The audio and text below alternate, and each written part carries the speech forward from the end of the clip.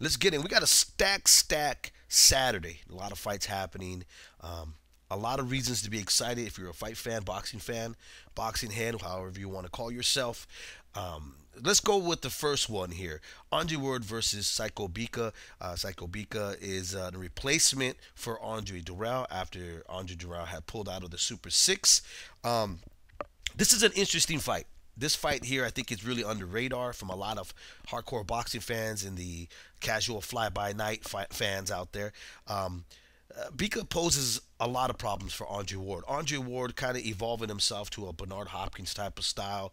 People have complained that he uses his head. Even the fighters that he's faced said that his head kind of leads in, hold and hit. Where that's what Bika really wants you. Bika's not an outside guy. He doesn't use his range outside. He's not a complete boxer. He's very awkward. He likes to wing punches. So where he really wants to be at is in the pocket. The other thing about Bika is that he also leads in with his head, and he's also been known to be a dirty fighter. But what I like about Bika is that when you do tie him up, and when you try to tie him up, he likes to rip uppercuts down the middle, and he's not really shy about pushing you off or adding some rough tactics so he can land his combinations. Another thing too is he has a sound chin.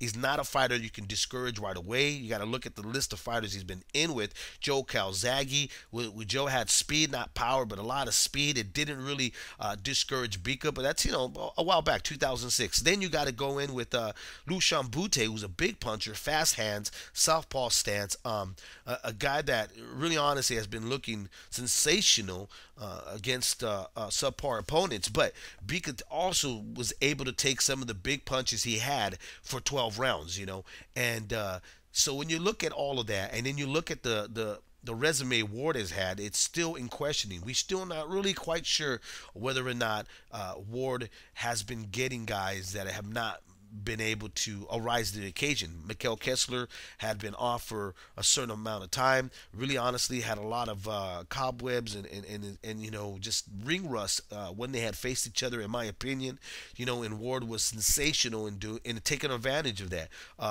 Alan Green obviously never had the right temperament and was never in the fight, and really honestly was not mentally, he's never been a really mentally strong fighter and stuff. Where Bika, you cannot say that about him. This guy is mentally strong, and he has the right temperament, meaning that you're gonna punch him and he's gonna get upset and he's gonna come at you.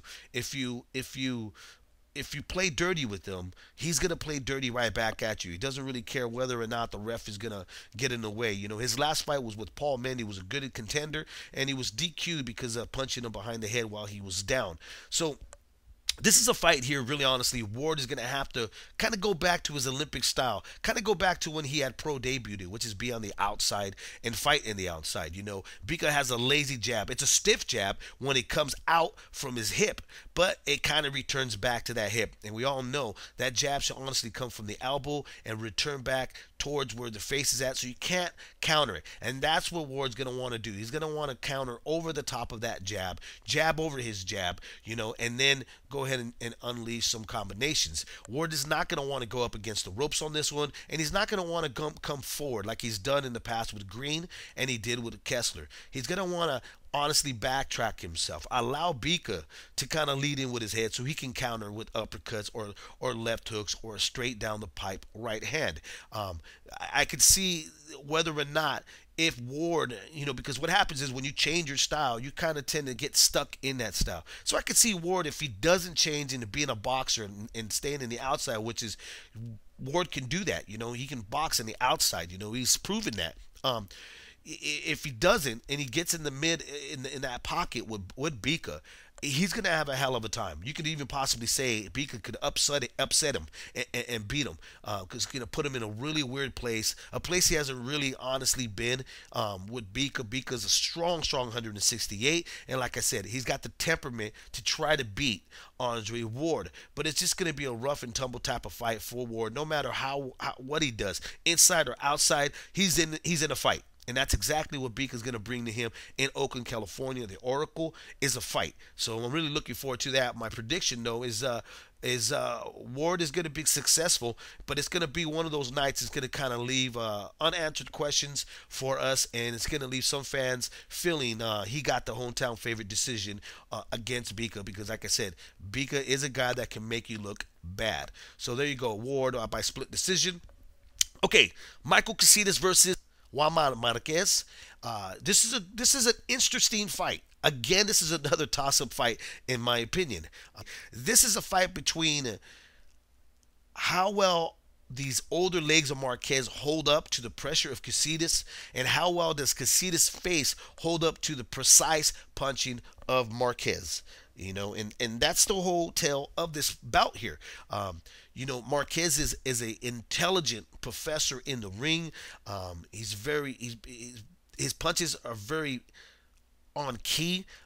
He uses everything that he has to his ability, going to the body, top of the head, ripping down the middle, keeps his hands up high, where Katsidis is kind of the guy that's just going to come forward. Now, we saw exactly what happened with Marquez when he stepped in with Diaz both times. Even in the second fight, you've got to admit that Marquez's legs have not really looked really underneath him. He's really had to plan himself in order to land heavy shots, where more in the past he was on his toes, he was able to hard pivot and get away from danger.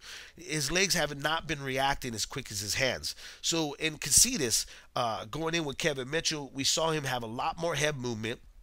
But when he does trap you, he squares up and he'll just start throwing punches all over the place, which could be in good play with Marquez. Marquez could take advantage of that, where Katsidis could have his run by pushing Marquez back onto the ropes, but then getting sloppy by squaring up and starting to land a large amount of punches could leave Marquez's money punches, the uppercuts, to just come up the middle and hurt Katsidis, where he's not going to be able to see him because he's squared up, or give him a flash knockdown. Again, to me, this is a toss-up fight. It really depends on what Katsidis' camp is going to do. This is all, really honestly, this is all left up for Katsidis' camp. Okay, you go hard at Marquez in the beginning to see how well his legs are underneath him. This is an older fighter. He needs to warm up. Marquez needs to build the momentum in order to take over the fight. We've seen that with Diaz, where he has to kind of build it up again. He's got to get the blood pumping through his legs. So Katsidis' camp is really honestly has got to kind of gamble here. They could say, hey, you know what? Let's not respect him. Let's just jump right on top of him and let's see what he's got left. Or let's respect him and let's see if we can take him out in the later rounds by getting him tired, because we've seen him with his mouth open in the late rounds.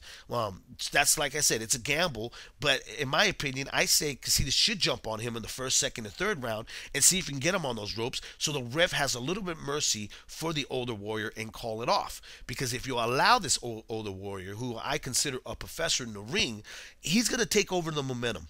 He's going to build back up what he wants to do, and that's take over with ring generalship, with down the pipe punches. He's gonna just chop up Katsidis' face, cut it up, and possibly get a stoppage where the ref has to stop it because of the ring doctor. Okay, and that's all due because if Katsidis decides to give him respect, I say don't give him the respect, jump all over him and respect him after the fight. So what do I see? Well, like I said, it's a toss-up fight, but I'm gonna go with Marquez. I'm going to say Katsidis is going to have too much respect for him and allow him in the fight.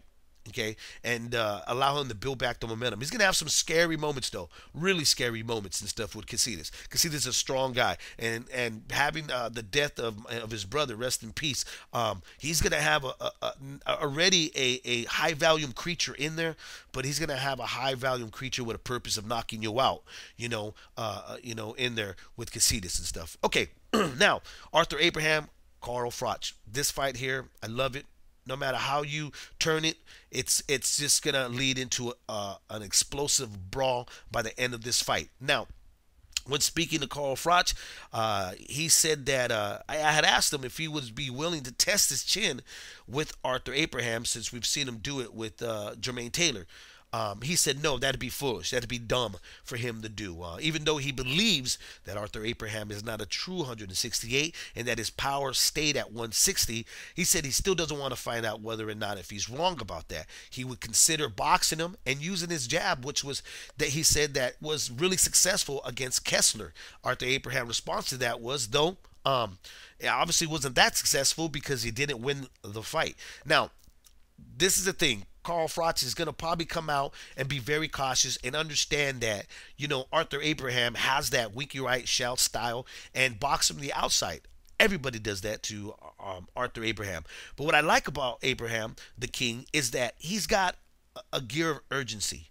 When his corner tells him you are behind, you need to do something, he picks it up. He goes after you. He doesn't just lay back on his defense and then try to counterpunch you.